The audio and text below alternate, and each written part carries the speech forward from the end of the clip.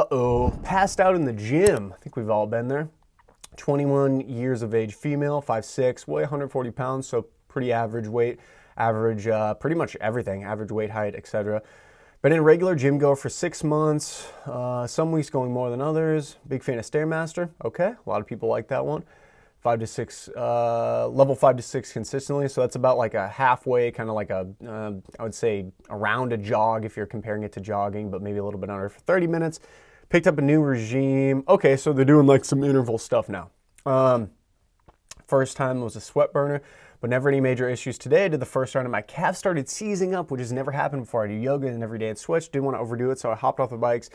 Blah, blah, blah. As soon as I sat down, I'm guessing that's when they passed out. And okay, here's one of the big things that comes to the gym, and it's this idea of auto regulation. So some days you will not feel as good.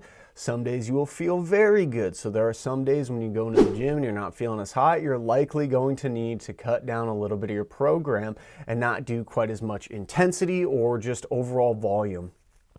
In addition to this, anytime you increase intensity, it will really affect your recovery. So that being said, there's a good chance that since they recently picked up this new regime on the Stairmaster, their body is not fully, I would say, used to the idea of doing this consistently. So there's just a potential point that their body might not be fully recovered from all these new intensities, versus before they were literally just doing 30 minutes at kind of a steady state through the day. They just added some intensity. They just added some quote unquote sprinting on the Stairmaster routine. And anytime you add intensity, that's a pretty tough demand on your central nervous system. And it takes some good time to recover.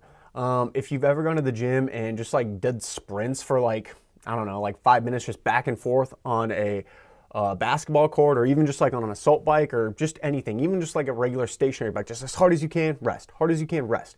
Just 10 minutes of that. Dude, I'm telling you, it takes sometimes 2 to 3 days for me to like actually feel like good to go enough to the point where I can hammer that again.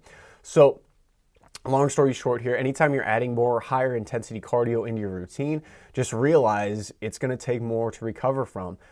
Yes, there are benefits in particular to doing more higher intensity cardio, but at the cost of you're going to need to focus on recovering more.